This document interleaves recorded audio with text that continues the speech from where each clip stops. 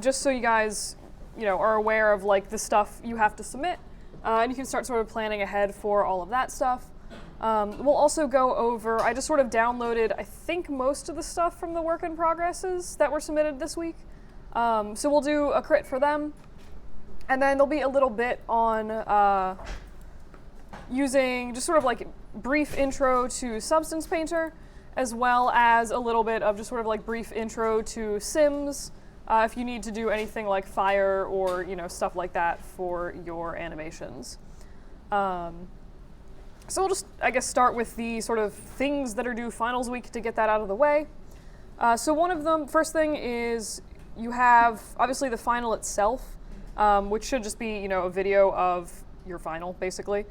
You also have a demo reel due, and that is, it's all sort of laid out here. I'm assuming that most of you guys have sort of done these previously, but basically it's just sort of pick a scene from your animation that you worked on and show a breakdown of how it was created. So the things that I usually do is sort of split my screen into 4, and you want to show your storyboards, again, cut together so that they sync with your animation, whatever reference footage you have, and a block-in sort of pop-through rough animation followed by your final rendered animation. So the minimum length for this is 5 seconds. So if you have, make sure that if you want to do like a clip that's 2 seconds long, also find another clip and just sort of cut them together. Just so it's not like a half a second clip, because that's just awkward and not really great to look at. I do recommend longer ones if you have them. It just sort of gives the viewer a little bit more chance to sort of like sit and absorb what they're actually looking at. The other thing that I wanted to note, so when I say block in, pop through for your rough animation, I do mean actual work in progress stuff, so like something like you would have submitted this week for your work in progress or last week.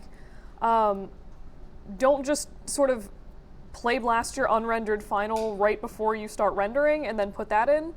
Because that doesn't really show sort of the block in progress. The whole point of that is to show how you've refined the animation as you go. Does that make sense in terms of sort of what's required for the demo reel? Sweet. Yeah, and it's worth 3 points. Pretty much this is what I'm grading you on. Half of the stuff is just like, did you put in all the required parts?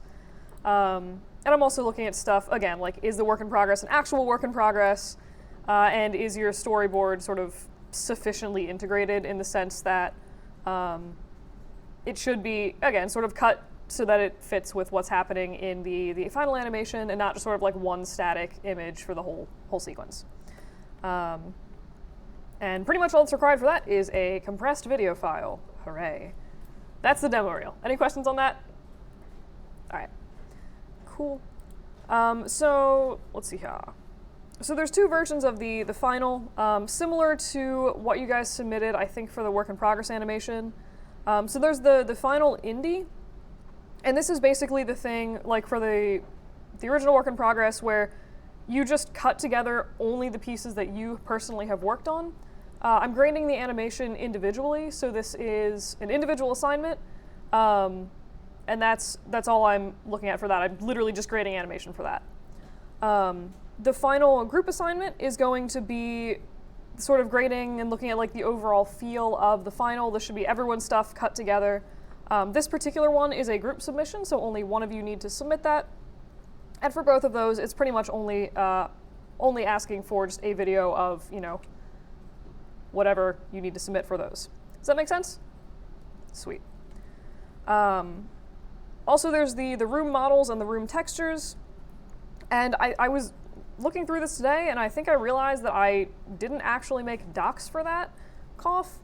So I think what I'm going to do is actually combine these assignments so that the room models and room textures just become one submission, and I'm probably also going to wrap lighting into that. But basically, I mean, that is kind of hopefully self-explanatory. It's just like all your room models and textures. For this one, I'm probably just going to ask for like 1 or 2 renders, just sort of like overall renders of your environment, as well as possibly a Maya file, but I'll probably mostly look at the renders unless something looks weird in them. Like I said, I'll update those docs and send out an announcement whenever I do that. Other thing that's due is the robot texture. So I know a lot of you guys have been working on this already. I just wanted to sort of go through the requirements for that and just clarify one or two things. I found some example models on Sketchfab for that, but I'm not super picky on like what style you guys want to do. If you want to try to go for like hyper realistic or really grungy versus a little bit more cartoony and newer, something like pretty much like whatever makes sense for your aesthetic is fine. There are some sort of technical requirements for the textures though. And that is basic, like for one, use more than basic shaders. Ideally you should be using more than just a diffuse map. There should be maps for stuff like specular, bump, etc. And even if you're looking at like even new robots, a lot of times they will have, you know, I'm not saying like you need to like look like have them so someone like hit them with a hammer or something really aggressive, but I probably would be some like tiny scratches or like tiny chips. Perhaps if someone was assembling it on a manufacturing line, there might be some little like oil smudges from fingerprints or something like that on them. So you should have, again, some different maps in there apart from just diffuse. And I will go over that again. Like I said, I have lots of different Sketchfab examples. But anywho, so for this one, I am requiring a turntable for your robot. So do be aware that you need to actually have time to render this turntable at some point. And also just like one or two nice shots showing off your robot in, you know, some kind of pose. But as you're lighting these, consider different ways to, like if you've gone through and you've done some really nice subtle maps for, you know, roughness or something like that, make sure that your lighting highlights them wherever possible. And again, sort of like consider brighter sources of light for things that are cast specular highlights on the model. This is really good for scratches, also sort of like shallow angles will help show those off as well. And flat lighting is kind of evil for rendering nice texture turntables. So please do not use a default Maya dome light. Put an HDRI in it, use a physical sky, do pretty much almost anything except a default Maya dome light with nothing in it. And I just have some, again, suggestions for UVs, but presumably you guys have already done those. And then in terms of point breakdown, so this is kind of like what I'm looking for. So 2 points of the grade is going to be sort of, how does the texture enhance the model in some way? Does it help tell a story of, you know, the robot's past, like where it came from, something like that? And does it also kind of make sense with the environment? And does it feel like a particular material? Or does it feel like sort of like this is an arbitrary Lambert color kind of thing, if that makes sense? Right, so I mean, if you're going for brushed metal, does it look like brushed metal? If you're going for a sort of beat up robot with like a layer of paint that's chipping off, does the outer layer feel like paint? Does the inner layer feel like some kind of metal underpaint? That kind of thing. And then the rest of the points for this are texture quality. So looking at stuff like, are your textures, do they seem unfinished?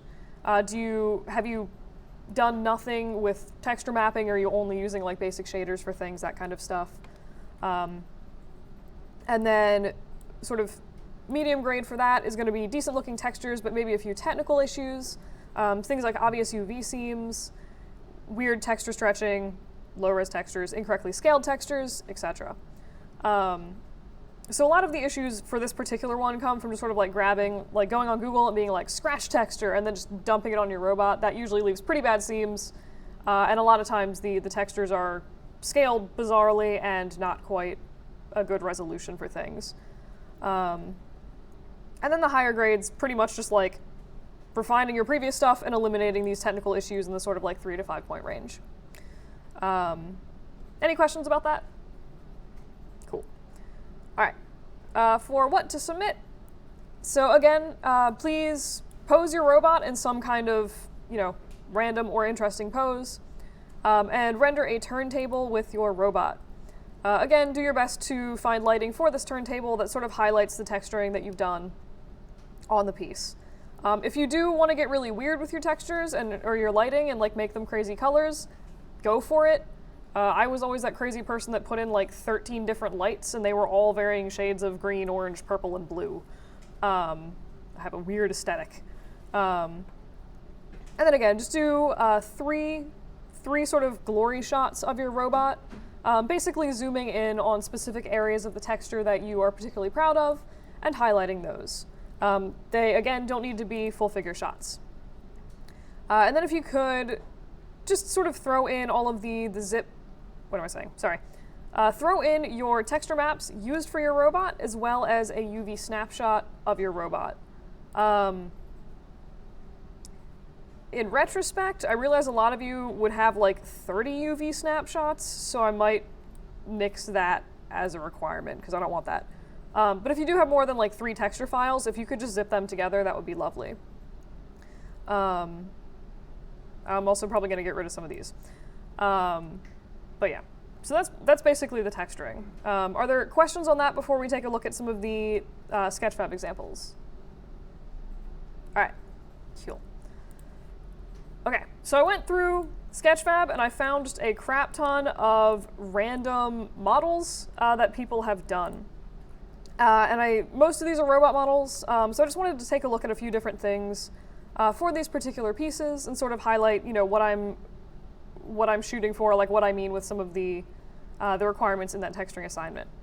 So quick note about Sketchfab, it's really cool actually because you can go into this little model inspector down here and you can look at just the robot model. You can pull up a wireframe, so you can pretty much pick through and see exactly how everybody made the models, which is really, really powerful, and you can actually learn a lot by doing this.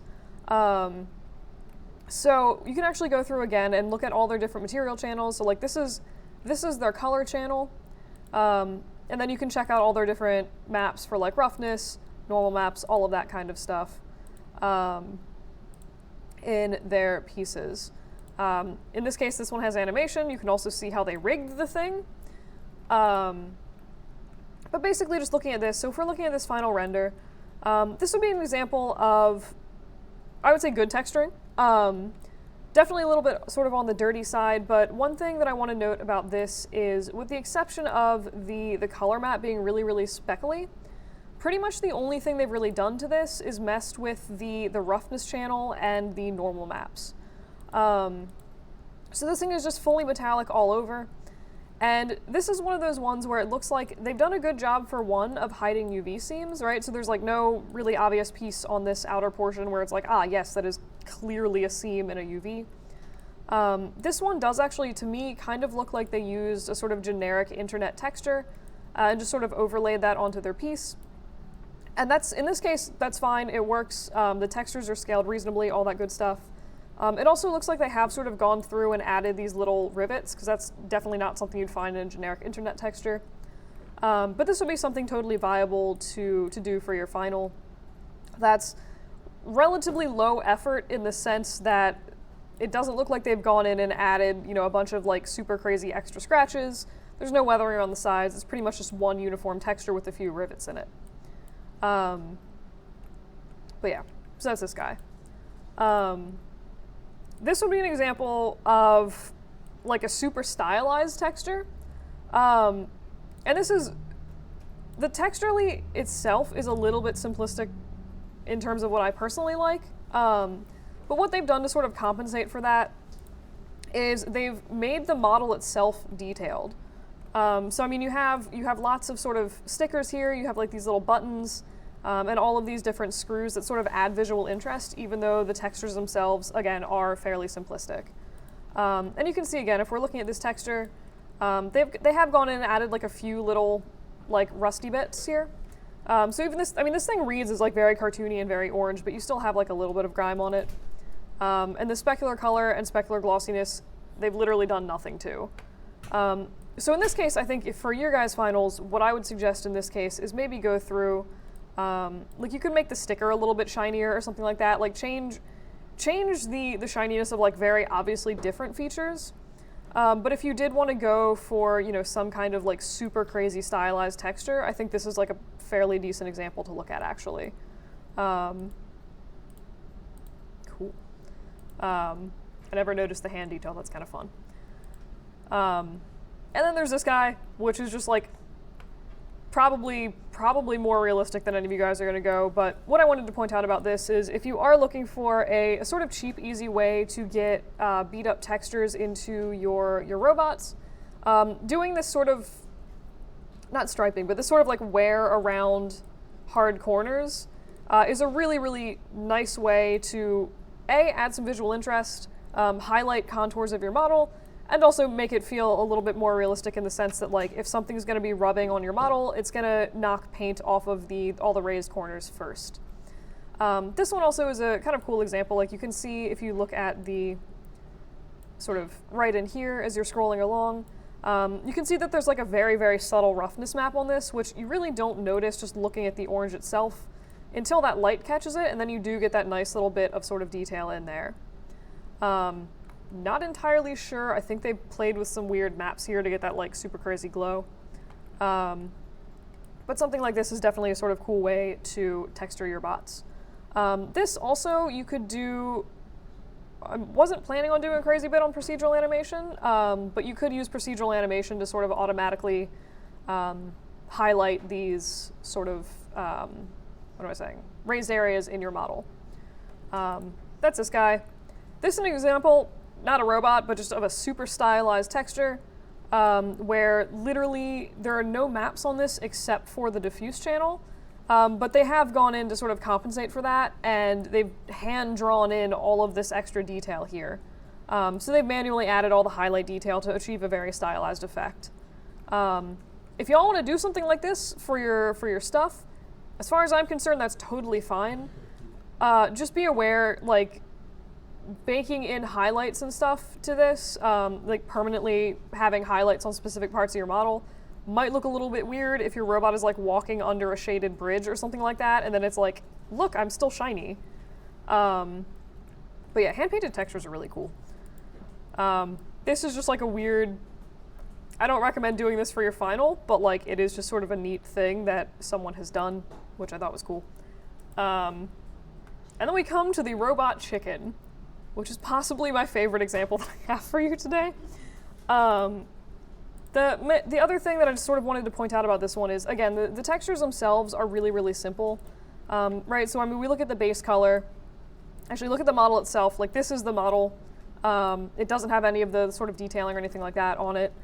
It's just a chicken, and then through color and roughness, they've gone through, and again, just added a little bit of extra detail. In this case, not with a bunch of crazy scratches or grime, but they've gone through and they've added, you know, this little power meter. But they've gone through and like added extra detail on the face, and also added these little sort of like rivets and extra bumps in the metal.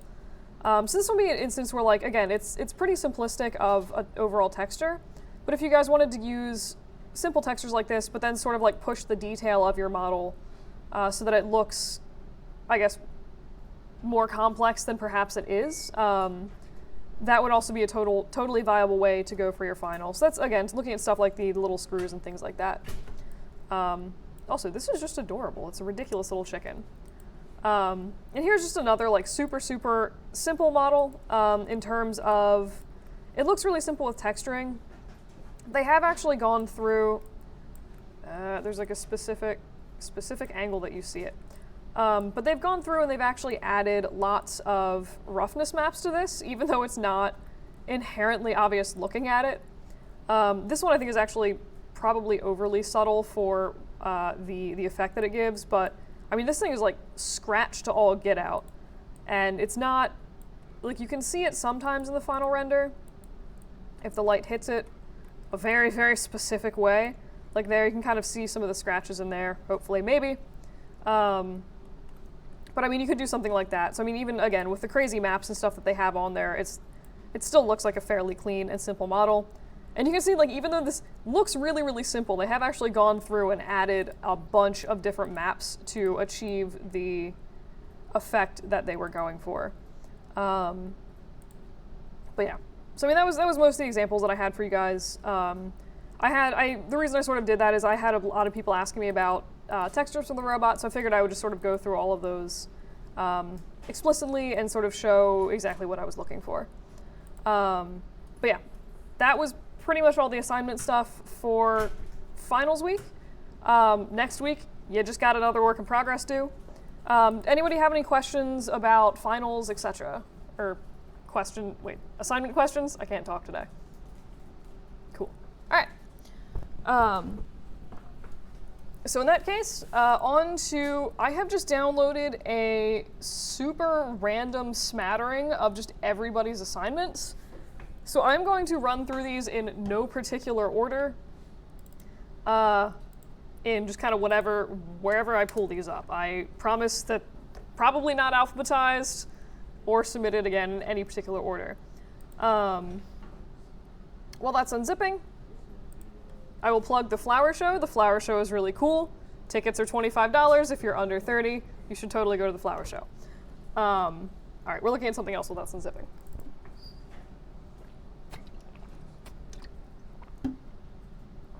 All right.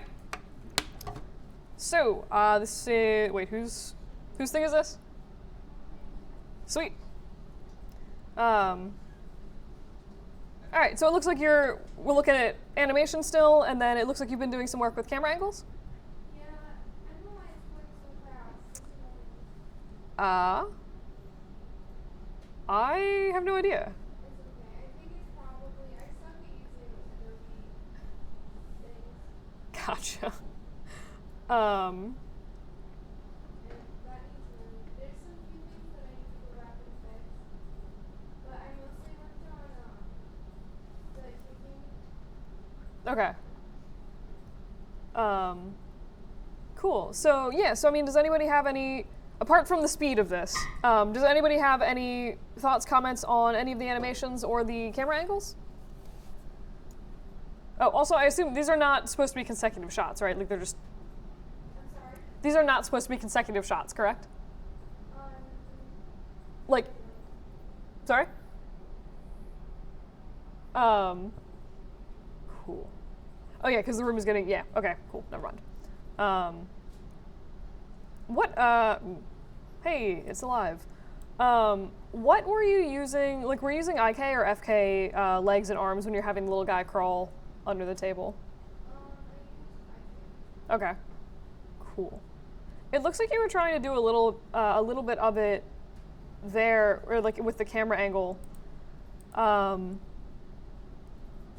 You could totally cheat. Like if you were having issues with his hands or his knees or whatever, like clipping through the ground, you could shoot it from a slightly lower camera angle, so that you just like wouldn't. It's still very obvious that he's crawling and under the table, but you just like wouldn't see his hands and knees being on the ground. If you were having issues with that, that could potentially give you a little bit more leeway with that. No, what ended up happening was when I moved the robot, I had it set up nice, like under the table, and then I moved it and completely put through, when I like moved him to go walking. Gotcha. It seems like the. So that's why he's like completely through the middle of the table. And so I just needed to move him over, but I didn't have on it before I submitted. Gotcha. Fair enough. I mean, hey, it's still work in progress, so that's all good. But yeah, I mean, I'm liking the sort of what you've done with the robot who's kicking. He has a nice, I think you could like maybe push it a little bit farther, but he has a pretty nice sense of weight to him, where if you look at, that's not how scrubbing works. Oh. Is there like a speed setting for this? Ooh, wait. Wait.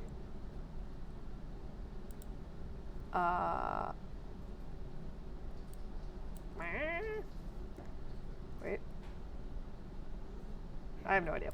I forgot scrubbing and this is terrible. But if you look at, like, it seems like he's doing a pretty good job sort of maintaining his center of balance, where he is sort of like counterbalancing, like this leg is being compensated for by his whole body sort of shifting over to the other side.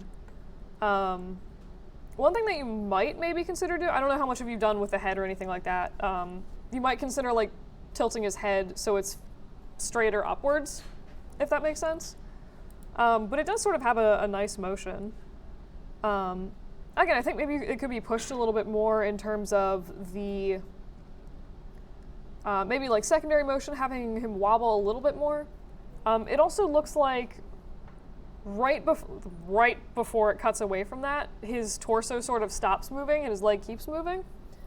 And this goes for sort of everyone, but make sure that like whenever you're starting or like stopping an action, make sure you never see where the animation stops before, like what am I saying?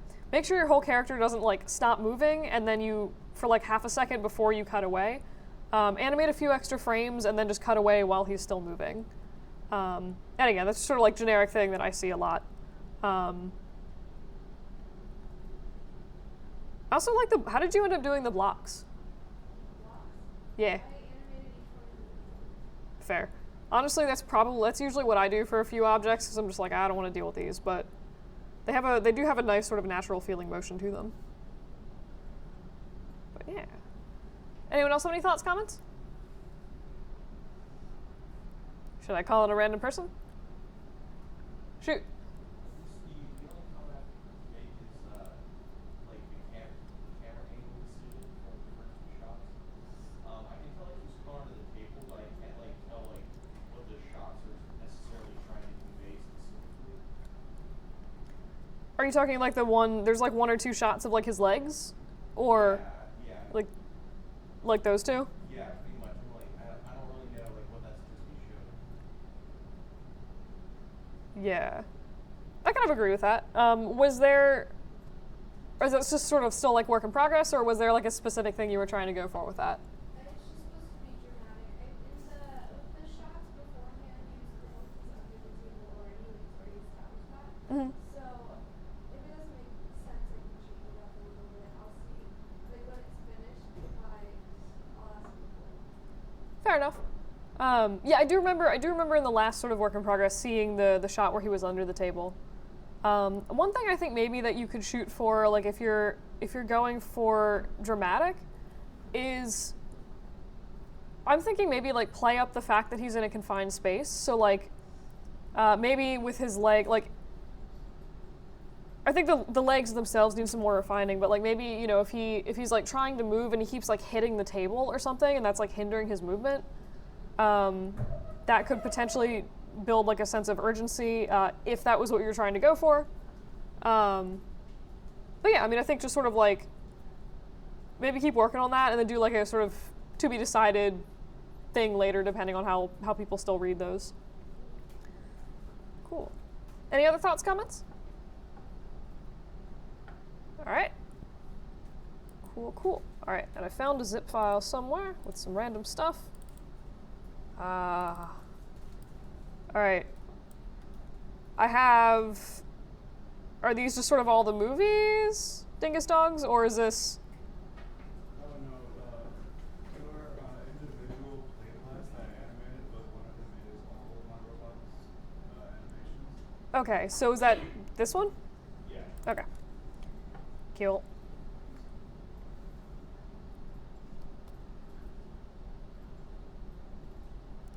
Oh my. Lived on it.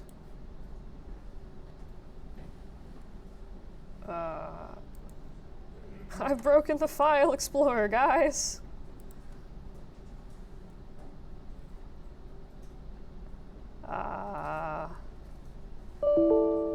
Great. Okay. No. Cool. All right. So anything we should know about this one, or is this? Well, I guess it's just the scenes that I needed to animate. Yeah. So, like the first one is when he's sitting in the corner and he's kind of looking back at the crowd, like pointing.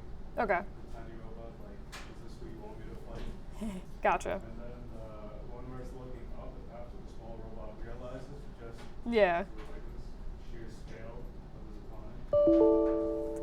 And then the last one was right well, the last thing the small robot sees before. Before he's murdered. Yeah. Cool. The robot has to compensate for its small size, that's why it does such dramatic movement. I'm actually curious. So, I'm just curious, do you guys have any plans for this dude's eyeballs? Like, I keep thinking it'd be really cool to have like Yeah. red glowing lights. Yeah, when I modeled the head, there's actually a copy of the head within it that's going to be, I'm going to have it give off a light. Okay. So when he looks down, I'm going to have it switch from orange to red. And then it's just going to go. It's going to glow through the outside model, so I kind of get light shooting through the eyes. Okay, so is the upper body, wait, what am I saying? Are you going for a semi-transparent glowing head, or are you just going for lit up eyeballs? No, so essentially I have an outer shell, and then Yeah. there's a shell on the inside. The inside one will be the one that's glowing or illuminating light, but due to the fact that there's an outside shell, the light will go through that. Right, so, I mean, I'm not asking how you set it up, I'm asking for like the final effect, because the only way that you would actually have the light shining through the outer head is if the outer head was semi-transparent. Otherwise, it's just kind of like wasted light being generated. Okay, so Are those eyes cold enough? yeah, they're whole. Yeah. So I mean, if you were only going for light in the eyeballs, what I would recommend is throwing in. I would recommend 2 little just like glass lenses in the eye. It'll just make things look a little bit nicer, and then just put either put an area light behind each eyeball, or and just, have that light up the eye itself. Or you could make like 2 little sort of mesh light eyeballs that are basically just like 2 little discs behind the eye. And then you can animate that, because if you have the light up inside of the dome head, what it's going to do is basically light up the entire inside of the head, and that kind of functions as like a dome light for in the head, basically, where it's generating extra light and sort of calculating extra shadows that it doesn't need. So it might actually increase your render times to do that as well. But yes, cool for the glowing eyes, because I think that'll look really cool, especially when he looks down and he's like, "Muhaha." But yeah, so, all right. Anyone have any thoughts, comments on the animation? Or I guess camera angles? I guess maybe when the camera pans up from like robots when you like looking up at him, make sure that like Big Bot is like moving around and not just like kind of standing there. Because I feel like if he's like looking at him intimidatingly, he should be like leaning over him a little bit. I do kind of like that. Yeah, so I mean, if nobody else said it, I was also going to suggest like secondary motion of the body, just give him like a really light sort of like idling animation for that. And you could, yeah, I do like also the suggestion of sort of having him leaning over ominously. And I think there's sort of like a few different, Oh, he actually is leaning. ah, Like the torso is rotated forward. gotcha. I mean, I could do it more though. Yeah, so I mean, I was going to say, I think there's actually a few different approaches. Yeah, I can kind of see that now. I think there's a few different approaches you can take. One, you could just be, he's not even trying to be intimidating, he's just huge, and that's like the whole terror of the piece. Otherwise, you could sort of have him leaning over and maybe push that pose a little bit further. Have him leaning over and be like, and then like do something like threatening sort of with his arms, like have them sort of balled into like more obvious fists, or have him like making muscles or something like that, and really push that. But I do like the sort of framing of that shot where he's just like enormous. That'll also be a cool, I mean, that whole shot is basically just like a glory shot of whatever the robot textures are on this. So I would really make sure that like whatever you do with the lighting and stuff is like also fitting with that sort of dramatic like pan up on that character. Anyone else? I think overall it's like some solid stuff right there. I think the last shot is the most awkward. He's pinning the robot down, bro. No, he's just having to like squat down to hit this robot because he's that short. Okay. It would be kind of funny if it was like an even more awkward squat. I don't know. Like crawl into the ground and then punch him. I'm down for it. But like just to show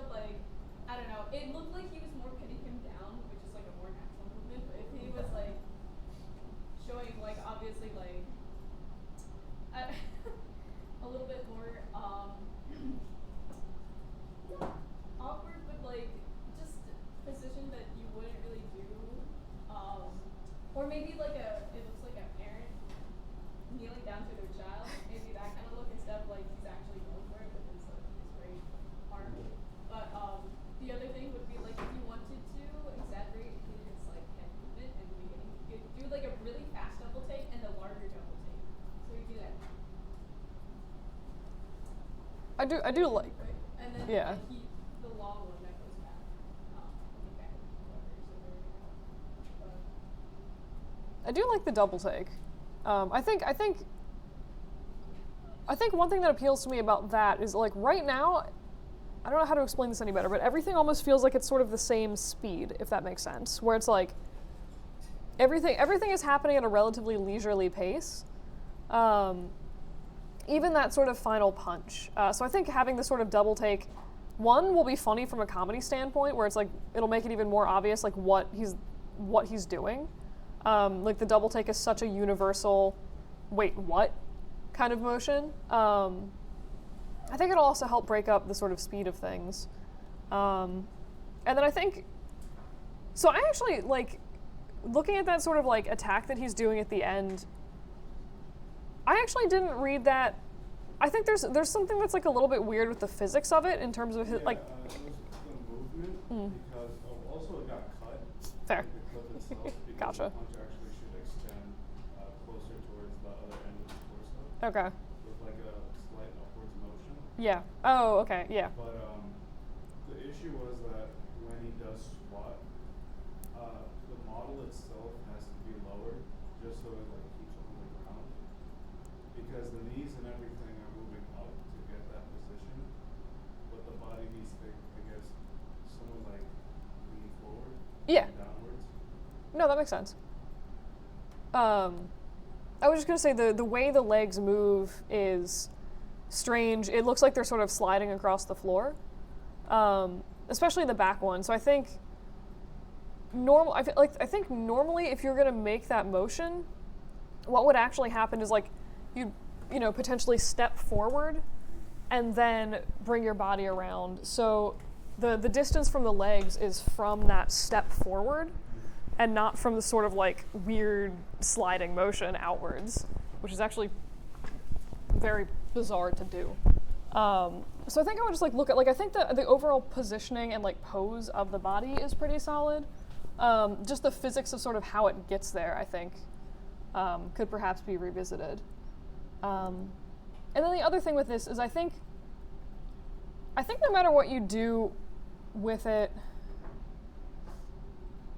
it'll be interesting. Is the tiny robot, I assume, at some point supposed to be in that scene?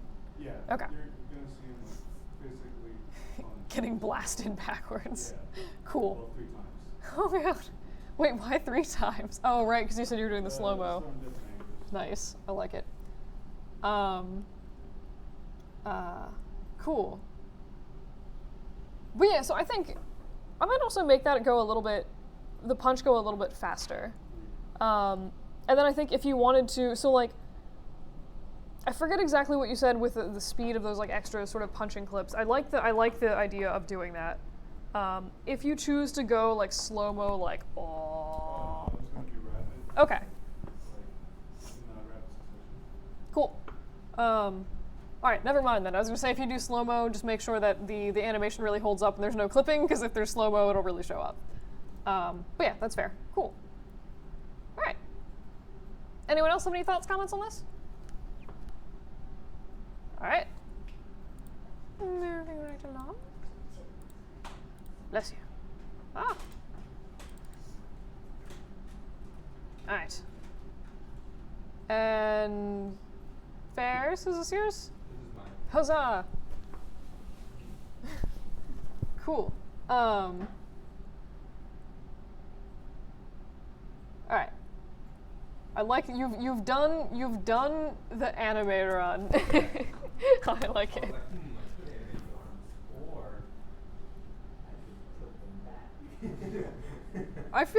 back. Honestly, I feel like that reads pretty nicely. I think the one thing you might maybe want to look at for that, and this is gonna sound really dumb, what you have is what that run would probably actually look like if a real person was doing it. If normally in the anime, the whole body is tilted way far forward Right. in a way that like the balance would make absolutely no sense. But I think doing that run, like doing this and trying to keep it natural might actually look weirder than having it extremely stylized. But I also don't know. It's very hard to do this run. I've tried it because I was like, this can't be realistic. It's totally not. But I do like that as an aesthetic thing. All right, any thoughts and comments on this? Yeah. I mean, I assume he's getting shot right there. Yes. And then I haven't touched the graph editor at all, so it's a little bit jittery. But yes. No, I just had the question because there's like nothing vet. I assume it's right now.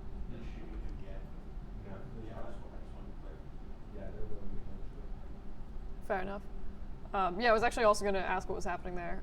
One thing that would actually be cool, just to sort of reinforce the idea that he's being shot, is like have like a little like red laser sight pointed on him. Oh, yeah. Uh,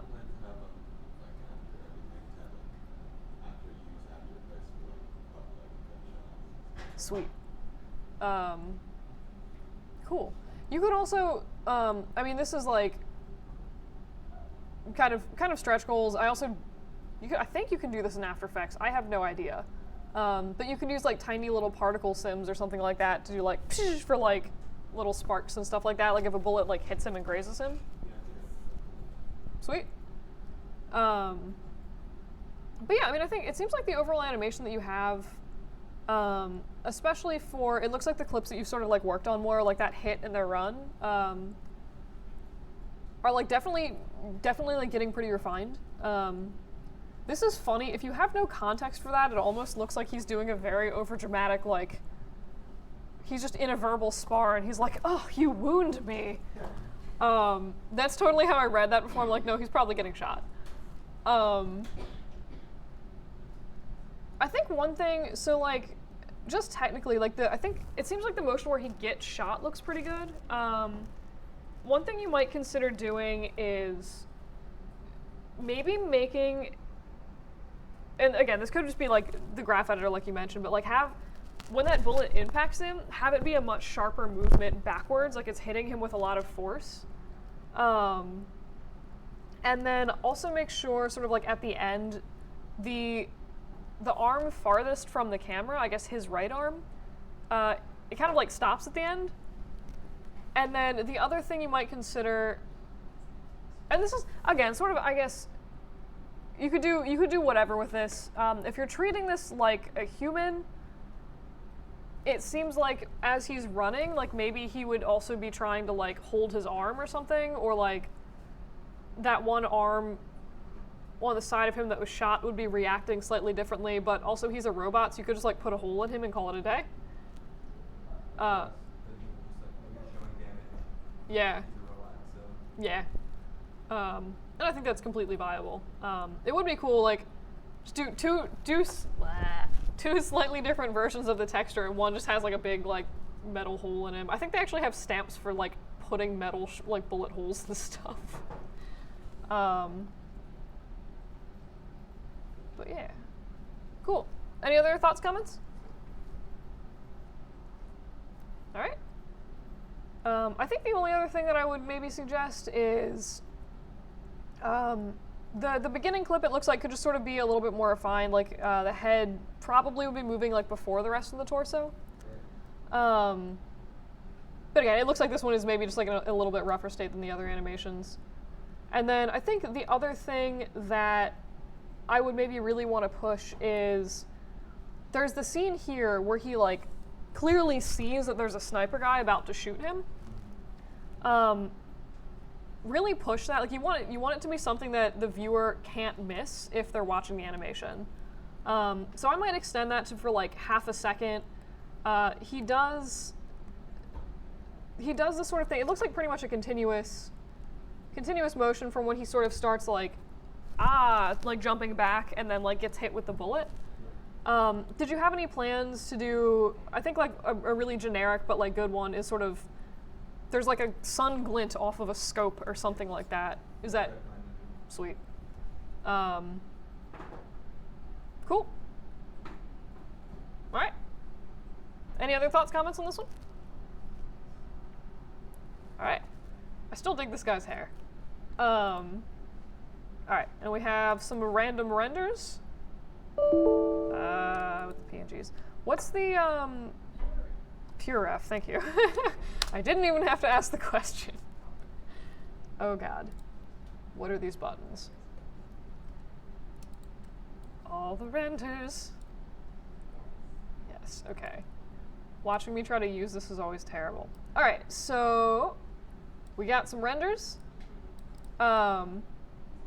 Anything we should know about these or just It's just like we're going for like semi-real. Yeah. While texturing, it's like at certain parts, like in the top right, like I really love that render, but it's so hard to make him look real because his face is so unreal. so you like the sort of like realness of this, but like But like his face. yeah. I mean, I think you could make it work. So I do.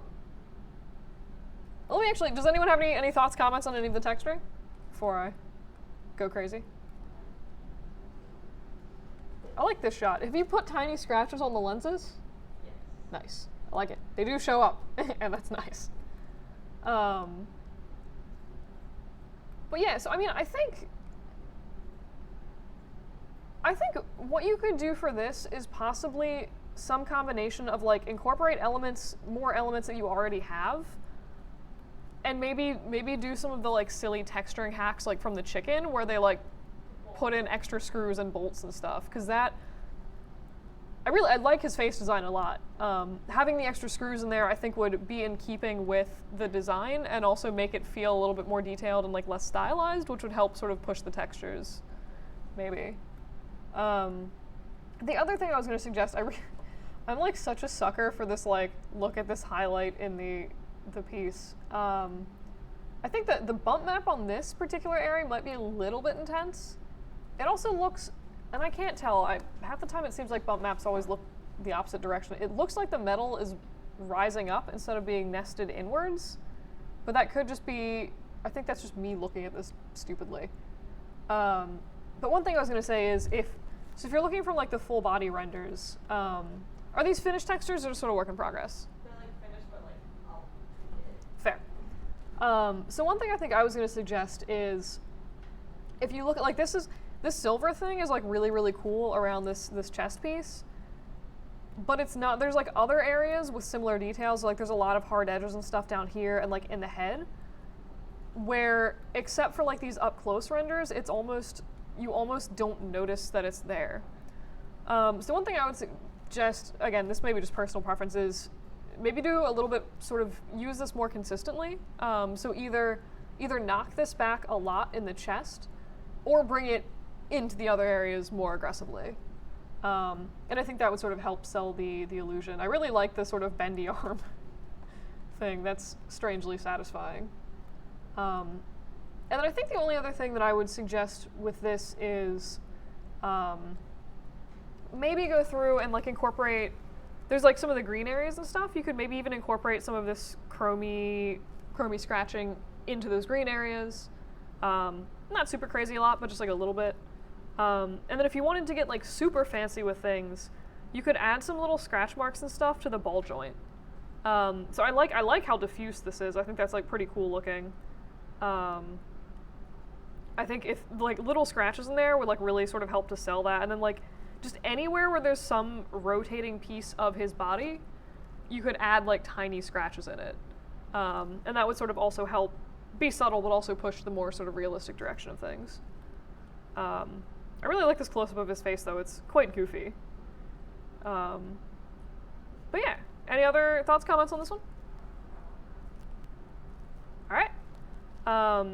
Other thing that you could do is like just add some texturing for like a hinge or something in here. I think that even plastic glasses usually have that. Or you could do weld marks and just be like, he is permanently in need of these glasses. But yeah, cool. I like his little face. All right. I have a very mixed relationship with Pure Ref. All right.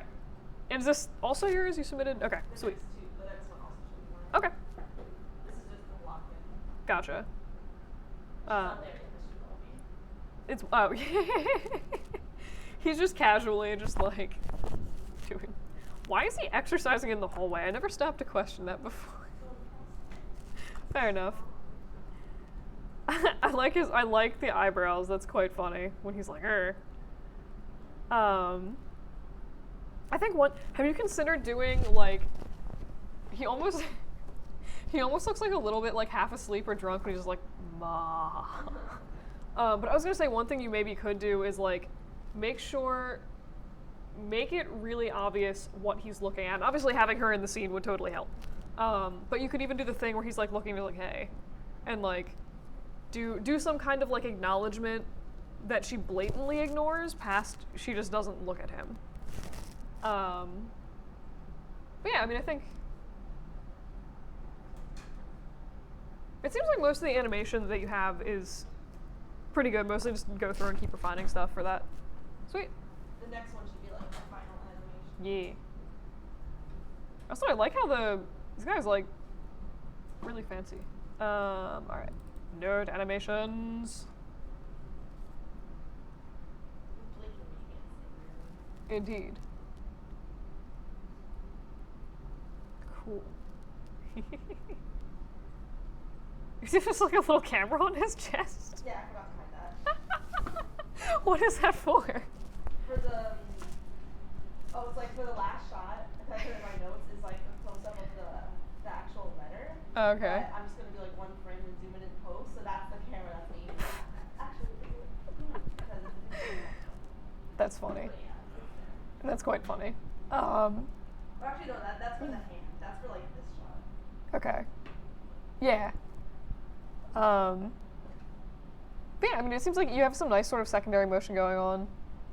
Some part of me, I realize this makes no sense. Part of me just really wants to see him like grab him and like, I'm writing theory, but like that makes no sense. But yeah, so any more meaningful thoughts and comments on this one? Yep.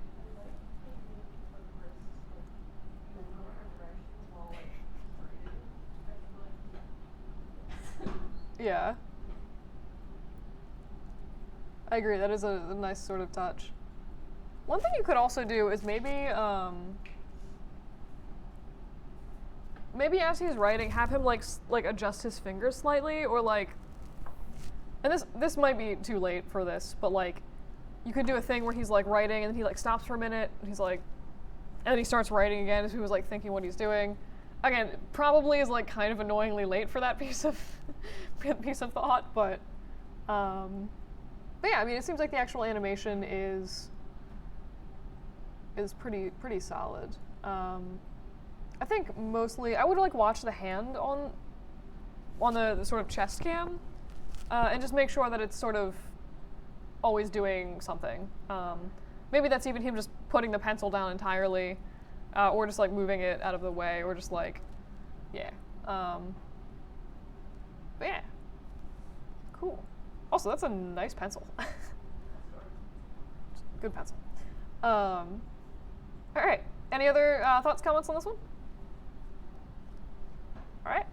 The way his head moves, like bends at the neck, is super curly. It looks so broken. It's because he can't do like the stretch and go up, down, Yeah. and rotate. So Yeah. I had to, like, figure that out. Oh, it definitely makes sense mechanically. It's just unnerving if you actually look at his neck. All right, so EXRs to Photoshop. Is there like a better program to open EXRs with? I just wish there was. I'll come back to this. All right. Meh. We're live. All right. Whose one is this? Oh. Sweet. Hello.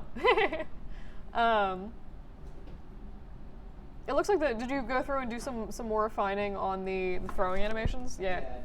It's still not perfect. It's like really difficult to get that right. Yeah. We're getting there. Cool. I mean, it definitely looks more refined than last week. I think I still like this guy in the background. But yeah, I mean, anything else that we should know about this before you look at stuff, or? Bull vectors. I don't think so. There's like some props that aren't in there yet, but Yeah, you know. that's fine. Cool. Anyone have any thoughts, comments on this one? Oh wait, and actually, just to refresh my memory, because I will forget this every week. this is Shrapnel Guy, right? The one who gets stabbed. Okay. Yeah. All right. So Blueface is, I guess, the hero of this story, who stabs his friend and then saves his friend. But we're gonna ignore the stabbing part. Yeah, speed on that definitely looks better. And I like how you have like the sort of they're always idling, and you even like this guy sort of takes a step back, which is nice. That makes it feel surprisingly more realistic. And then is this? Yeah. So there's gonna be Like different montage. fighters going by. Yeah. Yeah. I know I probably asked this like 7 times before. There's a plan to like have the stabbed guy get progressively more tired, correct? Yes. But also, I don't know if. I think that might just be something that we show with like a decreasing like battery indicator. Okay. Cool. I just watched Big Hero 6 the other day, and like, I don't like that movie, but feel free to fight me on that. But they did a funny thing that I thought was good for comedy, but like weird, I thought, for like how things would actually behave when like the robot gets a low battery. He literally was just acting drunk for like half an hour, and I was like, this doesn't feel realistic at all. But it's funny, but it doesn't make sense. So I feel like the battery indicator is fine. Is where I was going with that.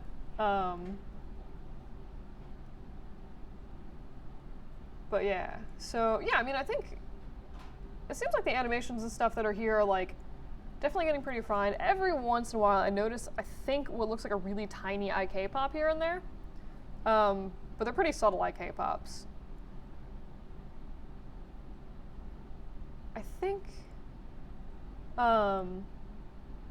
think for the sitting motion, it seems like maybe one of them could be almost like a little bit more laborious. I know also doing sitting animations like sucks. It's like the most annoying thing ever. But where are we going? I think if maybe there's a way to make that feel a little bit more weighty as they're sitting down, or like very, very how they sit down, because right now it looks like they both sort of like lean against the wall and then like slide down. Whereas maybe like this guy has the nice sort of like foot motions where he sort of like, it almost looks like crouches down and then like straightens his legs out. You could even push that, I think, a little bit farther. And then if you were doing that, you could also use that to sort of show that like at that point the battery guy is like pretty much dying. So if he like sort of just like hit, like really like just sort of hit the wall and like slid down it. I don't know if you're going for like that aggressive of a he's dying. But I think it could potentially be a visual way to like make the situation in that case seem more dire with that. Does glowing or does battery guy have any kind of like glowing eyeballs or? Yes. Okay. Are you gonna see them like go out at any point where he just like dies and he's like no? Now we are. I mean, completely optional. It would potentially be interesting to even figure out what the neutral state of his aperture eyes are. So like if neutral is closed or if neutral is open. I think actually for this one it does kind of make sense to have it closed. Yeah. Also, like you don't really see it in between because like he goes to sleep when his battery's almost dead and then he like, wakes up again where it's fixed. Gotcha. So, I don't think you ever actually see him in a dead state. Gotcha. I was envisioning this where like you kind of see him like almost dying, and or actually dying, and then he wakes up. But no, I think what you have makes sense. Never mind. You could do a thing where his eyes also get dimmer, like or they like start flickering, and that could be a potential thing that you could do. Also, maybe he has like a low battery warning light, like if not only like a low battery thing, but there's like a little beeping like check engine light basically on him. Would actually be funny if they were made from salvaged car parts and there was literally a check engine light on him. But yeah, cool. Any other thoughts, comments on this one? Yeah.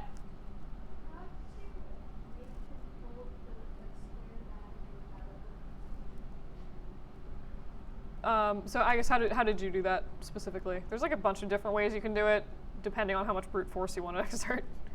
What is it? What is the comment? How did you hold the square battery? Oh, I don't know. It doesn't matter. So there's a few sort of different ways you can do that. It depends. So like in this case, it seems like you never see him physically like pick the thing up or put it down. He just sort of like reaches off screen and grabs it.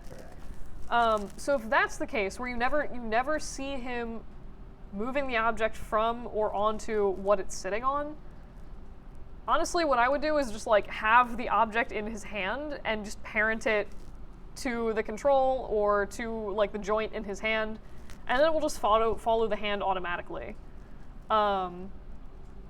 That's like the simplest way to do it, and honestly delightful when you can do it like that. If you need to set up something where you like show him picking it up, there's a few sort of ways you can do it. One is like a weird hacky version of what I just said, where basically you have one of these objects that's sort of always in his hand, and you have a duplicate of that object on the table. And what you do is basically key the renderability of that object. So normally what I'll do is, let me see. I was gonna see if there's like a 5-second way I could like demo this. Where am I going? Cool, I will just put a sphere in here and make a sad arm. All right, so we have a sad arm. So normally what I would sort of do in this instance is I would have two versions of the sphere and then have the arm come down. I will toggle sphere 1 so it turns off on that moment of contact. And then sphere 2 I'm going to put under P cylinder 1 so that at this point if I move this it should sort of grab that original sphere or it should grab the new sphere. So basically you'd have some weird setup like this where, what am I doing? So this is, P sphere 2 is hidden. So you have sphere on ground. So the arm moves down. When it hits this, you turn off this idle sphere that just is hanging out here, and then you turn on this new one, and then you just sort of move the arm as you would. This is the cheapest, easiest way to do something like this. It is a little bit annoying if you have to change the position of the objects, and you do need to make sure that when you do that, when you turn the objects on and off, they're in the same spot or else it'll look really weird. The other thing you could do is sort of set something up with a parent constraint, basically. So it's kind of a pain. It's kind of a pain, it's not ideal. So what I'm going to do is I have my sphere. I'm actually just going to quickly set some keyframes on this. Boop. Boop. All right. So I have my sphere, I have my crappy fake arm, and I have this null group here. The null group I'm just going to use as like a weird sort of placeholder object. And what I'm going to do is I'm going to grab my cylinder, my crappy arm, and the null group, and then grab the sphere or whatever object you want to pick up. And then you should be able to go and do a parent constraint on that. So this is, if you guys, when you were setting up the switches, this is pretty much the same thing where you were toggling like the wrist control from the IK to the FK control. It's the same basic principle as that. So I'm just going to go ahead and sort of hit apply to this. So what you should see now is that as the arm moves, it's sort of taking the sphere with it, which isn't quite what we want. So what we can do is go into the parent constraint under the sphere and temporarily turn off the weight on this arm so that as the arm comes down, like here is where it should grab the sphere. So we'll just go ahead and set a keyframe on these, go to frame 15, toggle that, and do a key selected. So at this point, it should sort of act like it's picking up the object. Obviously, the object is shooting through space, and that's kind of like the downside of this particular method. I've yet to find a super fantastic workaround for this, honestly. But basically what's happening here is when we made this constraint, we had maintain offset turned on. That maintain offset is what is forcing this sphere to sort of pop down all of a sudden. So there's a few options to fix that. Normally what I end up doing is just sort of like moving it back into place where it was previously. Get it as close as you can, and that way, well, if you keyframe that, it should sort of stay where it needs to be. The other option, which is also kind of not super crazy ideal, is to take this sphere and put the sphere in a group and just center the pivot on that group and set the thing up the same way. So grab the arm, grab the little null group, and then this time instead of grabbing the object directly, we're going to grab this group, do a constrain. I'll turn off maintain offset just so you can see what it does, and hit apply. So with maintain offset turned off, what it's going to do by default is sort of snap the object halfway between. Weird. Yes. It's going to snap the object halfway between the null group that we've created and this other arm thing. What this does, though, is it allows us to go in, and as we modify this parent constraint, it's going to allow us a little bit more flexibility in terms of how we can control the object. We basically are still able to keyframe the object instead of just having it controlled entirely by the parent constraint. So if we, where's my thing? All right, so if we look, this is, again, with maintain offset turned off, we have the cylinder that is, or the circle is just sort of like popped into the null group in the origin. And then once the constraint switches, it flops right up to the end of the arm, which, again, not ideal.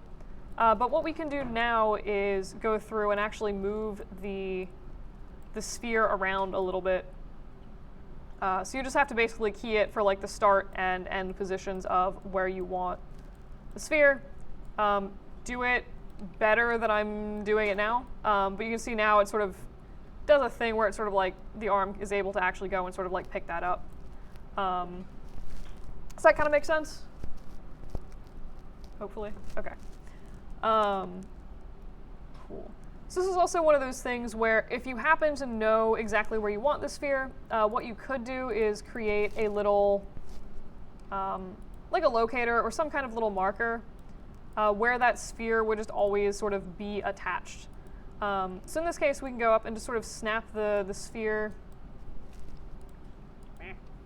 Snap the sphere directly onto that locator, keyframe it, go back here, and again, just pop that right onto the locator and keyframe it. Doing that should eliminate, crazy rotation aside, it should pretty much eliminate any of the popping on the position, at least, of that object. But yeah, so I mean, that's usually how I do picking up stuff and putting it down. Anyone have any questions on that? Okay, cool. Hopefully that was helpful. Does anybody have any other thoughts, comments on the animation here? Yes? Two comments. One, I like the view of the eyes, like the eyebrows when it sits down. Real even nice. I think it looks really nice.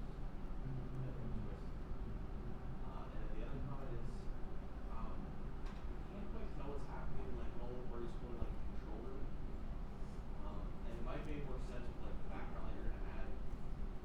Like you tell like what's going on with that. Yeah, so he's pretty much like looking at different batteries, and then deciding that like, oh, they don't fit. It's going to be a little more clear, I think based on like the context of the rest of the story, and the background is pretty much going to be like with the other robot like going through these giant trash piles to convert batteries as well. Okay. Yeah. Cool. Any other thoughts, comments? All right. And Photoshop never opened. Oh my god. This is the worst thing ever.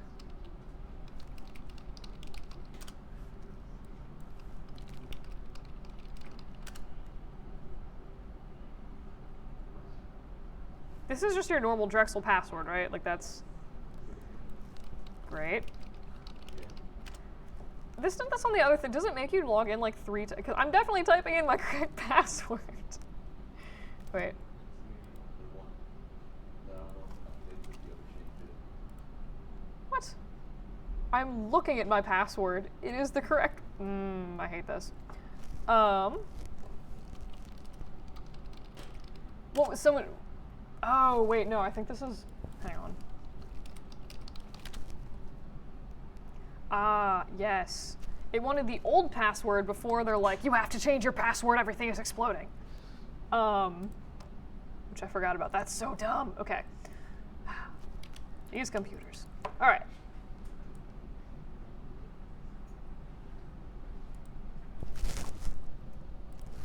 All right, so this is mostly looking at text string, I assume? Huzzah! It is my cheer bot. It's kind of hard to see on the screen, but it's like I put scratches on her knees to show Mhm. that she jumps a lot. Her shoelaces on her shoes. I did see that. That's so goofy. I like it. But that's her look. She came out a lot more realistic than intended to be. She's very metal-y. So, Yeah. Yeah.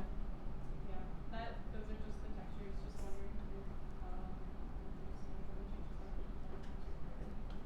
her eye is supposed to replicate like a camera, like a black Nikon camera. Yeah. So there's that. So that's why they're just like showing black. But I mean, that's totally how I read it.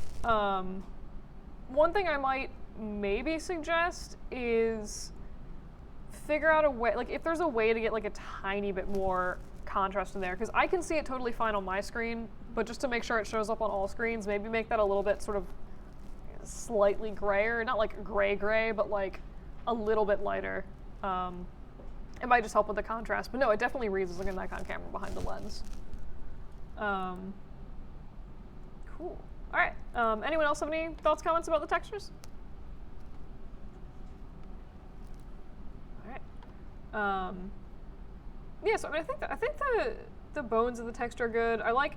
Are these by chance screw extra credit screws, or did you just make these fresh? I just made them. Cool. Anyway, yeah. So I think, like I said, I think the base textures you have look pretty solid. One thing that I would maybe watch out for, so like there's a little bit of fuzziness around this edge here. So that's just like a technical thing I might look at. It looks like you said you added like little, are these scratches or is this just like fuzzy? Roughness and height. Okay. So, but I forgot that maybe like if you're jumping and like doing some things that you would have scratches. But something to ask is that like would it be metal showing underneath her paint? Presumably. I would say more often than not, it would be metal showing under paint, unless maybe there's like several coats of paint on her. Oh my god. She went through like a goth phase, and then part of the scratches are just down to like black paint underneath, but she like painted over it. But yeah, more often than not, metal will make sense for that. But yeah, so I mean, I think I do like the sort of idea where you're going for like her knees are scratched because she does a lot of jumping stuff. I give up every week. But hey, but yeah, I mean, I think if you could bring that into like the rest of the body, like get some scratches and stuff on here, like that would look really, really cool. And then, yeah, I think maybe just like tack on. So like, I'm just gonna go on a limb and say she's probably like a cheerleader person. Okay. I know literally nothing about cheerleading, except that I would be awful at it. But maybe think of some things, or like find some cheerleading moves or something that she does frequently that would like cause more wear on like specific bodies, or maybe she was like the person that was thrown up in the air or something like that, and like she was dropped and then she has like one big scratch from that or something like that. But yeah, and then I think looking at it seems like maybe there could be like you definitely have some like little like scratchies and roughness stuff in the hair. It looks like. Yeah, I like it. I think maybe it might be good to like almost take the shininess down on this a little bit. And it's partly just personal preference. If you're going for paint, it's just like really, really glossy. And I think, yeah, you do get that nice sort of speckle there. I think maybe by taking the glossiness down a tiny bit, it could help sort of sell the idea it's paint and also make it look a little bit more natural, where like it does feel a little bit overly shiny. Same kind of with the bow. And I think just with the scratches on the knees, that would be one thing where you could use like the existing sort of scratch marks that you have. Mess with maybe like the metalness for that, so it would be scratching down to like a chrome or something like that underneath. It also looks like maybe the scratches are like a little bit large. And you could also consider, I'm doing a little bit on Substance Painter today.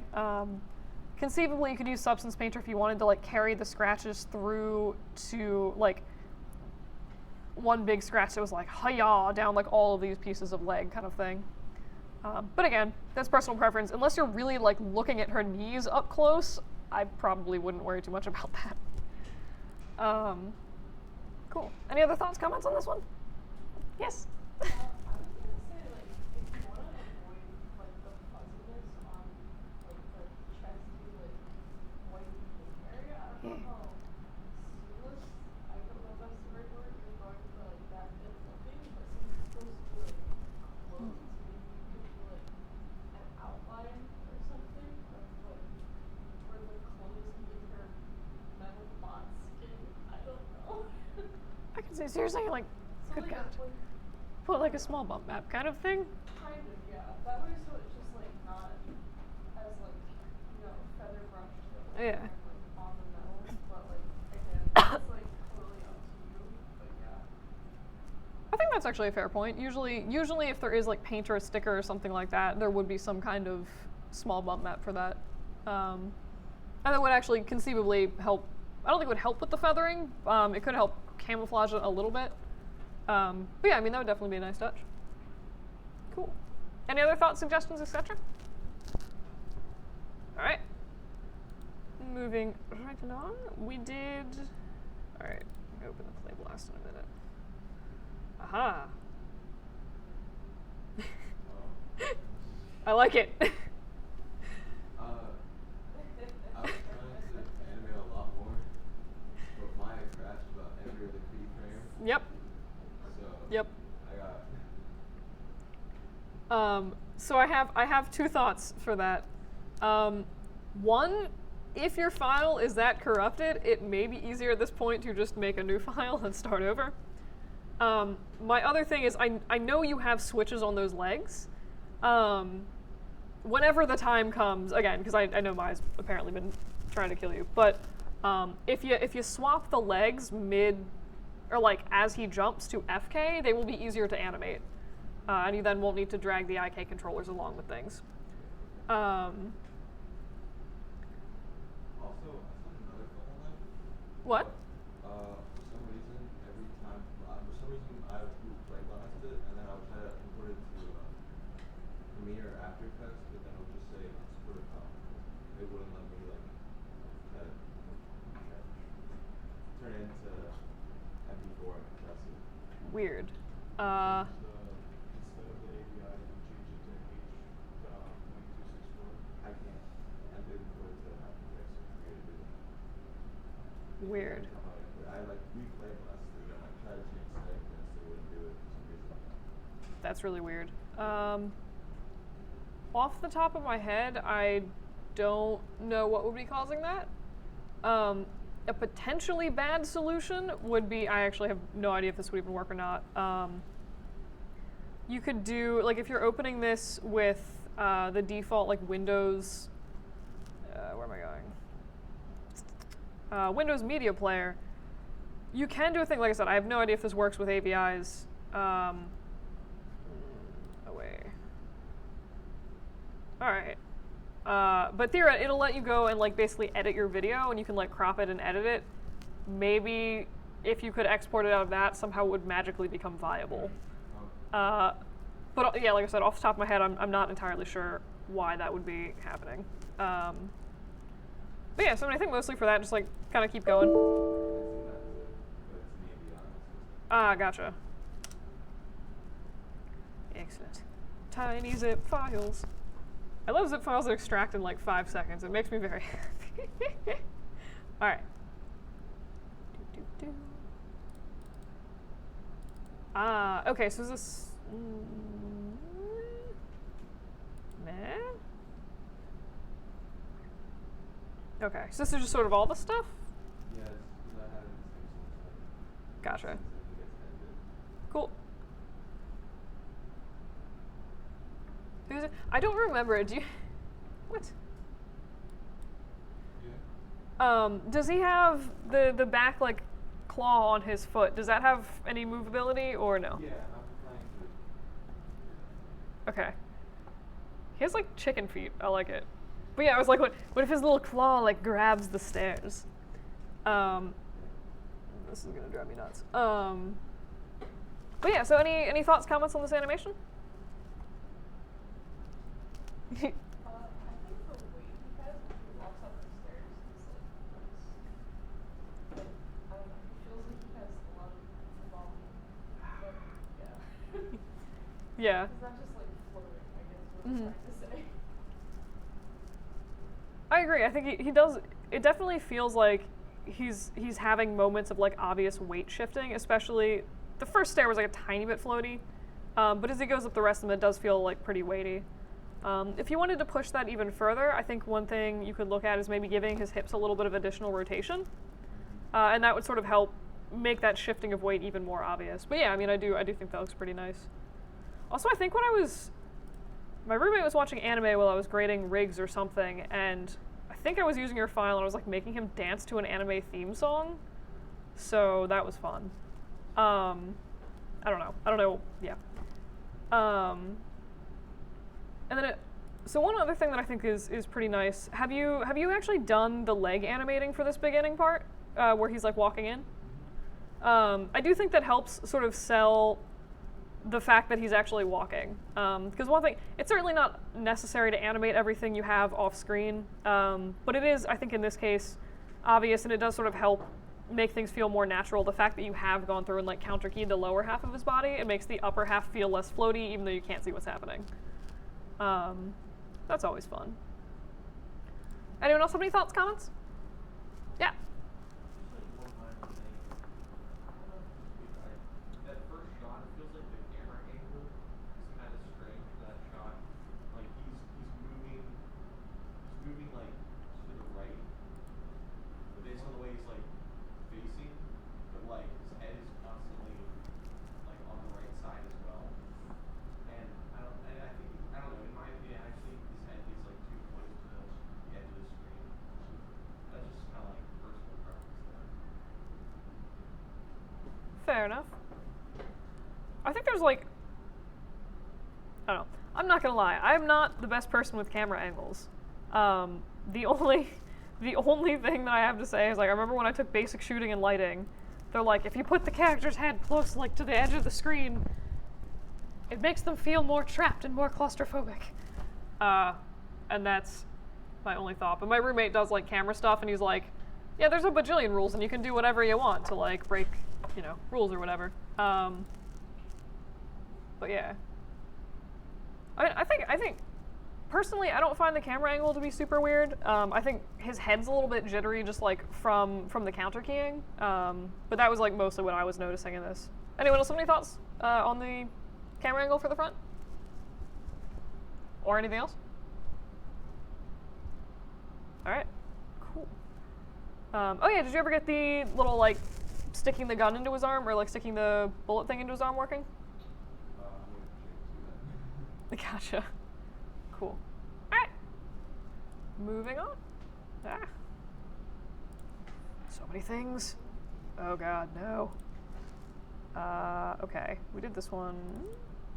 Question mark? Haha. All right. So anything that we should know about this one, or like, it looks like the camera angles are still like not really a thing yet, and that's fine. But is that the case? Wait, sorry. Can you say that one more time? That's literally what she's not here. Gotcha. Fair enough. Yeah, when I downloaded these, none of them were labeled with names, so I'm just like, whose is this? All right. Well, in case she wants to go back and watch the class video, anyone have any thoughts, feedbacks on any of the animation and stuff here? I think it's got like a good start to like the whole animation. It's got like these camera angles aren't final, but it does give you a good view of like what all the robots should be doing at this moment. Yeah. It is actually kind of fun to just like watch them all scattering around and like doing things. One thing, so I'm actually really surprised, like, because animating crawling, like I said, is always kind of a pain. It seems like it's like pretty decent job actually, like keeping the hands and knees and stuff on the ground, at least as much as possible. But yeah, I would think most of this is just sort of like keep going, keep working. Maybe also like there's like the walk cycle for this guy. It's pleasingly spazzy. It feels like maybe a little bit too fast, but I also don't know if that's going to be like cut out in the final. So, cool. Anyone else have thoughts, comments? All right. Moving along. All right. This is textures. All right. And let's see if I can. Oh god. Yeah. Shrugs. I mean, I always forget how to use this. I'm not gonna lie, the one thing I like about Redshift is you can render it with the logo, and then it'll not have the logo later, which is delightful. All right, cool. So I guess you've done the desk and your robot. And then it Some lighting for okay. walking in it. Sweet. All right, so anyone have any thoughts, comments on any of this stuff? Yeah. I think the lighting, the box lighting was pretty like it looks really nice. It looks like the lighting I assume is literally coming from the windows. Yeah, we're gonna have ceiling lights in. Cool. And I'll probably put one where like the classroom door would be, which you can't see in any of the shots, but it would add that. Gotcha. So I remember actually looking at your seat. Ooh, you've added tack pins. I love tack pins. Where is the door in this room? Like, is it on this side or like on the sort of desk teacher side? It's in like the front on the left, technically the right of the room. Okay. Yeah. Gotcha. Yeah, so That's fair. I was purely curious because when I remember looking at your room model and be like, there's only one wall that's missing and it's the teacher wall. Where's the door? But yeah, if you're never gonna see it, who cares? Cool. Any other thoughts, comments on anything else? All right. And I think overall, like, it seems like the textures are pretty nice looking. I like that you've sort of, it looks like gone through and like added some wear to the sort of fingers. I just had a weird idea, like his hands look almost like magnetic plates, and I was like, what if that's just like, if he didn't have fingers, he could just pick up weights just like magnetically. I mean, it would suck if there was ever anything non-metal he needed to pick up, but yeah, and I've sort of gone through with like little pinstripey stuff sort of here. there's like a close-up shot of the boot and like the legs. Oh yes, there are. Excellent. I like the extra sort of like scuff marks on the front. That's a nice touch as well. And I also like that you've added this in. Is this It's Nerdbot and Cheerleaderbot. nice? Nice. Cool. All right. So I guess it looks like you probably made a separate desk texture for that. Okay. Cool. He just goes and carves that into every single desk in the room. No, there's like a different one. Yeah. But yeah, no, I mean, I think like the chairs and the desks and stuff look really nice. If you want to get like really spazzy with it, you could make like 2 or 3 versions of a desk, and then do things. The other thing you could conceivably do, if you're just looking for like pure variation, is make basically like a sheet of wood, and this kind of breaks down like if you've done nice stuff and it looks like you have to sort of like seam the outside of the desk. Wouldn't work so great for that, but if you just had like a sheet of wood with assorted like gums or scratches on it, you could just like take the UVs and just move them around and then have really easy like all in one texture different stuff. But again, that would kind of like break the nice texture you've done around the edges, so I don't know if that's actually a great way to go. The wear and tear is like a separate layer. This one's substance, so it's like a different layer. Gotcha. Fair enough. But yeah, I mean, it seems like the texturing stuff is pretty good. I like that you have like all these like little itty bitty sort of scratch marks. Is there any, just out of curiosity, is there any sort of major area on this guy where he's like, he has like a big like scar or scratch and there's like a story behind it or like a dent or anything like that? No. Fair. Not really, no. I was gonna add like bad, because he's like a jock. I was gonna eventually add badges or something on his chest. I like that. Like a J for jock. Like a football or something. Gotcha. You could, I mean, you could almost, I don't know how often you see his back, but it seems like this would also be like a good place for a logo if you wanted to like put a big thing, or it could be like, I'm thinking of like the sports jackets or whatever will have like huge logos on the back. Yeah. But yeah, I mean, I think I really like, I think what you've done with the blue. I think maybe the chrome is like a tiny bit chromy. I think what sort of, there's also like so much of it that it like stands out. It might be good maybe to tone that back a little bit or to add some more scratches to it. But again, part of that I think is personal preference. But yeah, cool. All right, any other thoughts, comments on this? All right. Wait, how do I, yeah. Every time I go into PureRef, I forget how to get out of PureRef. Okay. All right. And I think, huh.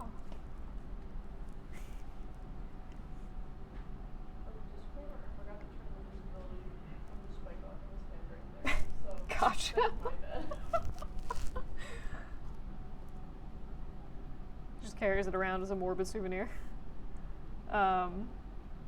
Okay, so this is, it looks like mostly the intro part. Yeah, so I only really turned in the parts that I like really worked on, like Okay. refining.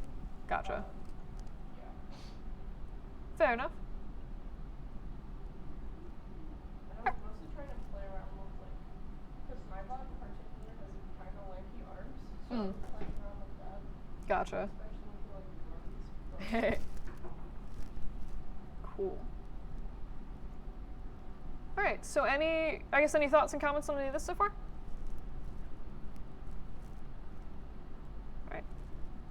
Is this, what was that one, was it like a throwing or like, Wait, where at? Last bit? Yes. Oh, so also the batteries are not there, but they Fair. are there.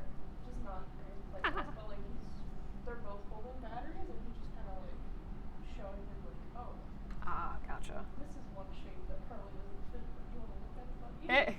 Gotcha. All right, so I think if that's the case for that last bit, were you using FK arms for this? Yeah. Okay. Cool. I was gonna say I would recommend FK arms. I think maybe I would make that motion a little bit faster. It seems like it's like a bit. It seems like it's like a little bit bizarrely slow. And then is this guy just also looking at different shapes for things? Cool. Yeah, I think actually that whole thing could maybe be sped up a little bit. And one thing you could do is kind of dependent on the designs of their elbows. So it looks like at least Stabbed Bot, and it looks like this one should be able to do it as well, is like spin their whole wrist. If you're ever looking for a way to sort of like not have the characters like moving super crazily, but like looking at something, you could have that wrist rotating like that, and that would add a little bit more sort of motion visual interest, and also very, very clearly be like, I'm looking and inspecting this very closely, like on all sides. But yeah, and then I think that run at the beginning also, I think kind of the same comment that I had with it last week, where it feels almost like a combination between a walk and a run. So were you shooting for a walk or were you shooting for a run? Well, I Or tried, what were you going for? when I like was working on that, I tried like lifting his feet like a little bit. Yeah. But like I also figured he has like really big clog feet, so What? I don't really know if he'd be able to like pick his feet up that much when he's running in the first Okay. place. But yeah. So I wonder. So I have 2.5 thoughts on that. One,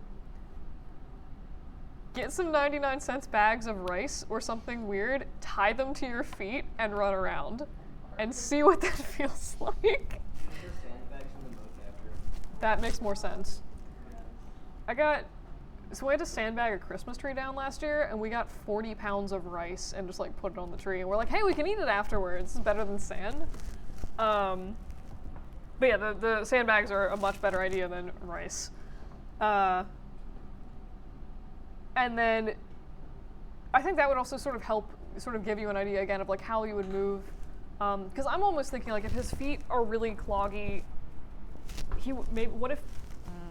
what if he like dragged them through the ground almost? Like he didn't really pick them up, but like they just sort of like dragged. Because I think that would that way you sort of get maybe like the best of both worlds, where you have the illusion that his feet are heavy, but also the illusion where he's like trying to be more urgent and running. It would also be funny, maybe. I don't know. It could also just make your life way more annoying to animate, honestly. I'm not entirely sure. But yeah, but I mean, I think kind of like play with that a little bit. One of the other things it seems like with the run, where is it? Right here. It's like his torso could use, or like his pelvis and the upper body could use a little bit more motion to it. I think even, honestly, feet aside, I think if the upper body had a little bit more sort of natural movement to it, it would camouflage a lot of the foot stuff and make it less noticeable. I think this as well, maybe just like work on sort of the timing of the animation. A lot of it feels a little bit floaty, like the overall motions and body poses are good. It just feels like really slow sort of getting between them. But yeah, cool. Any other thoughts, comments? All right. I think that was all the stuff I had. Did I miss anybody's stuff that they want to go over? I mean, well, I submitted something, but I didn't really get too much done with the animation itself. It's mainly just like Robert's robot is walking, so it's nothing big. Gotcha. But it exists. Yeah. I Okay. animated like pretty much every controller, but one thing I like didn't quite realize until like I got like partway through doing the animation was like he's walking pretty slow. Like I think the animation looks pretty good, but I need to do something with how quickly he's walking. I think, for one, I like how his sword is jiggling. It looks like it's just parented to the hip, but it's still funny. Yeah, pretty much. I think you could maybe do one of two things for the speed of his walk. One is maybe just using some different camera angles, honestly. That might sort of help camouflage what he's doing. And if your camera was like panning along with him, Yeah. the environment shifting in the background would make it seem like he's walking faster than he is. Yeah. I'm totally gonna change the camera angles. I usually, when I did my animation like last quarter, was I animated everything and then I just like kind of explored. And I was like, what That's what I do. Also because I have very bad planning of camera angles in advance. I'm like, I don't know what the heck I want. Let me just do the thing that I know I need to happen, and I'll figure out the camera later. But yeah, so that's fair.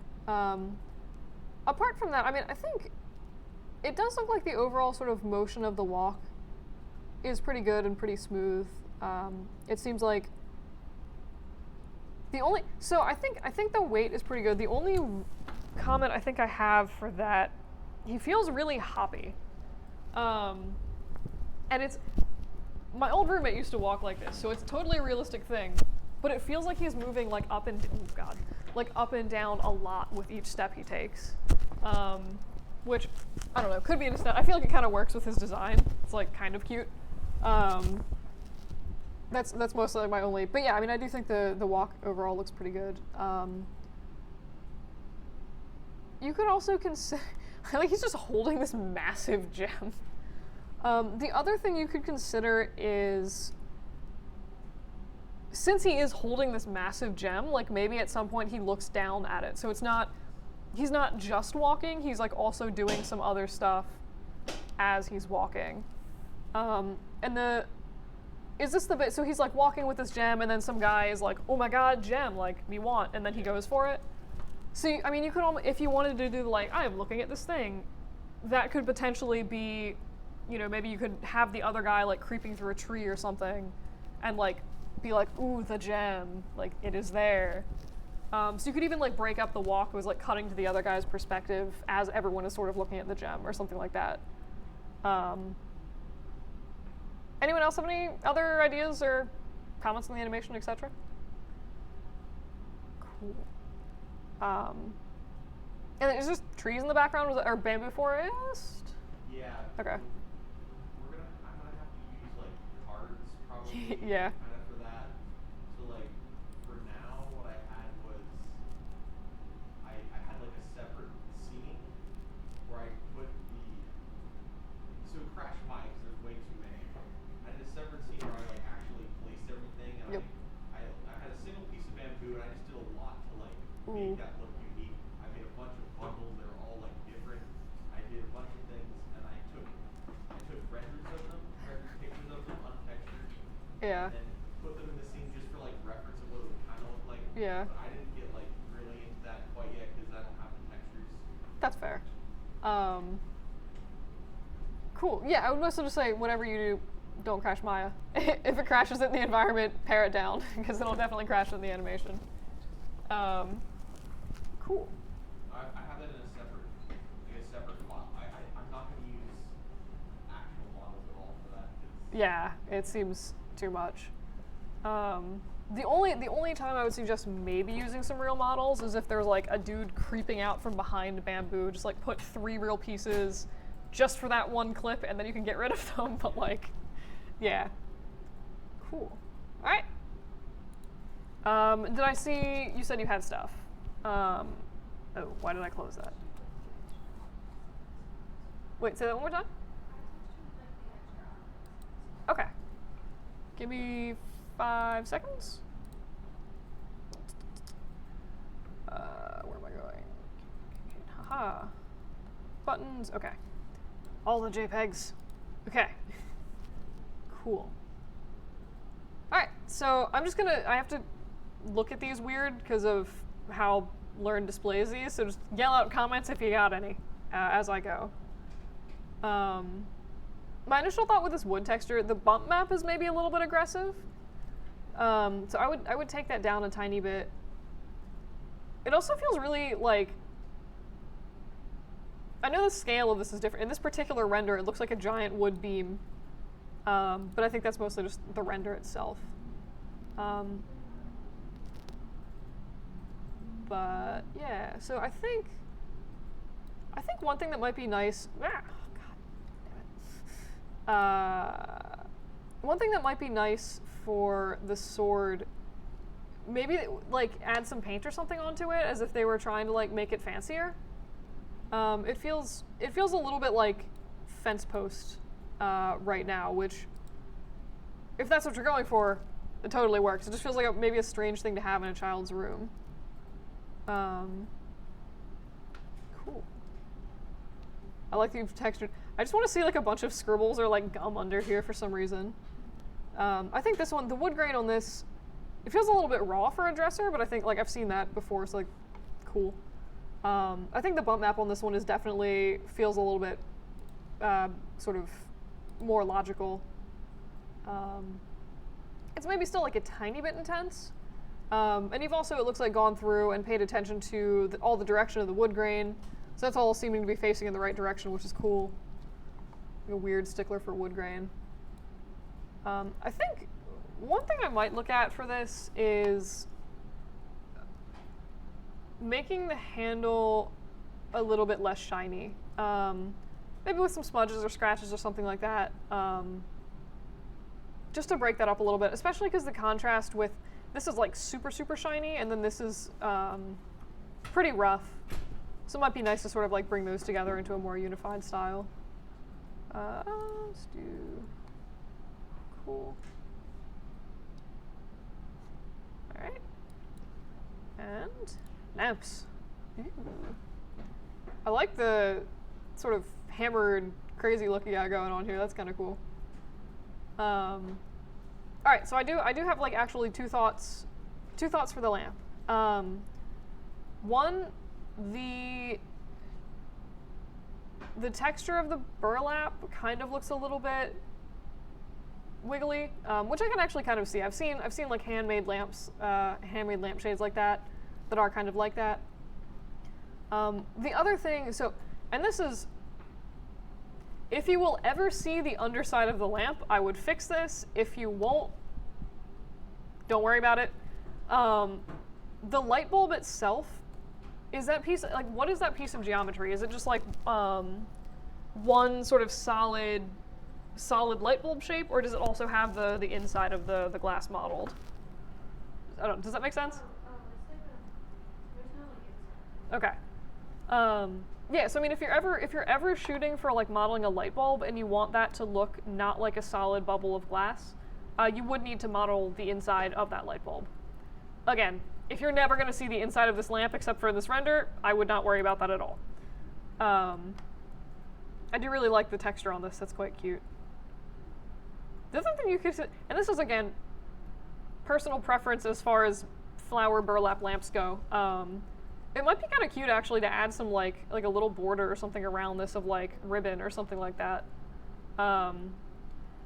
It would do, I think, two things. I mean, one, it would add some more visual interest, and two, actually a lot of lamps will usually have something like that. It's how they sort of anchor the stuff in place and like camouflage the fact that they've basically glued a piece of fabric onto a lampshade. But again, totally personal preference. Ooh, I like that you've done the sort of like metal bit and then the shiny bit. That's cool. I think a comment for this would be the same as the handle. I would make that maybe a little bit more matte. But I do really like that you've gone through and added the sort of different textury details. Like that's fun. Cool. All right. Anybody else have any thoughts, comments on any of those pictures we just looked at? All right. Did I miss anyone else's stuff? Cool. I did have a OBJs for 2 models I've made. Yes. Where am I going? There, fourth Aha. Ah, yes. So you did. They're kind of, they don't have any textures, it's kind of simple at the moment, but just because we have like exercise scenes, I made like 2 of the main exercise props I'll use, the treadmill. Gotcha. Oh. Ooh, why? 5 seconds. I'm not used to having 2 monitors running around. It's like, oh my god, where is everything? Okay. Excellent.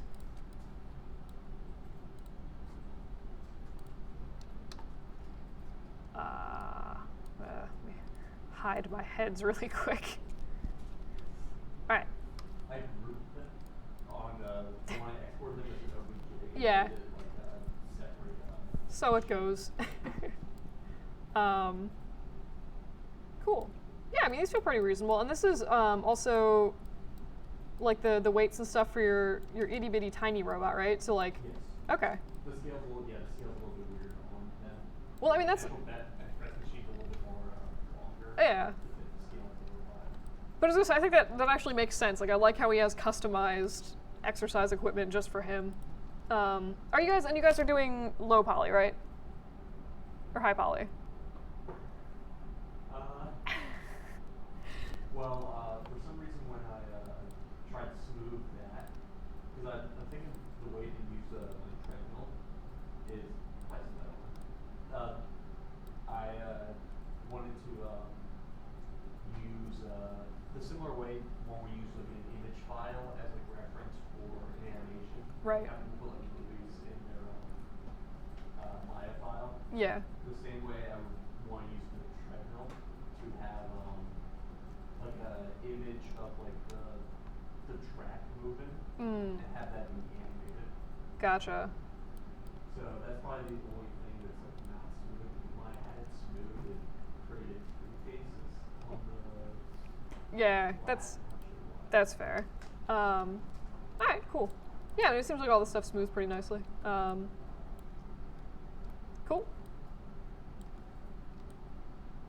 I very much look forward to seeing the little dude running on a treadmill. That'll be amazing.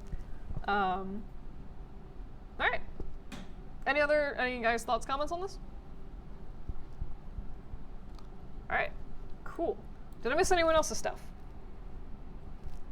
Excellent. In that case, you want to do like a 4 or 5 minute break and then run back. We'll do a little bit on Substance Painter and Sims. Sweet. I will set a timer.